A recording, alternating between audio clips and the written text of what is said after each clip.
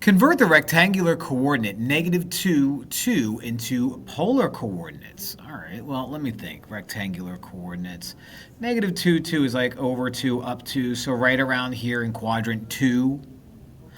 And if I'm going to turn something into polar coordinates, I'm going to turn it into r and theta.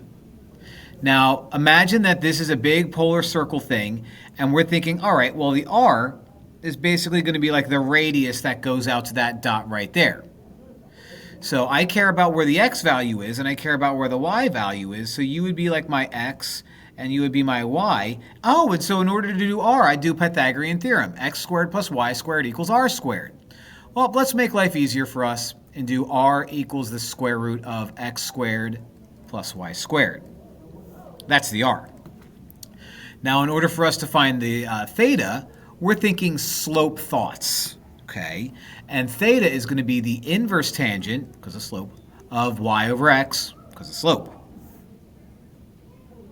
So, what do we have? I'll label you x and y, bleepity bleep. And let's do the radius. R is equal to the square root of -2 squared plus 2 squared. So that would be the big square root of 4 plus 4, square root of 8. And 8 is 2 times 2 times 2. So r would equal 2 root 2, which doesn't help us at all. But let's find our theta. Theta is going to be the inverse tangent of y over x, so 2 over -2, which simplifies to the inverse tangent of -1.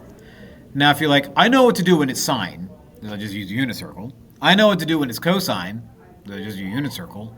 But what do I do with the inverse tangent? Well, tangent means slope. So I'm going to have a slope of -1. That looks like that. Just, pretend it's a straight line. But since I'm going through quadrant 2, we really don't need this ugly part anyway, so let's just scribble it out and pretend like it never happened. Now, in order for this to have a slope of -1, it cuts through that perfectly.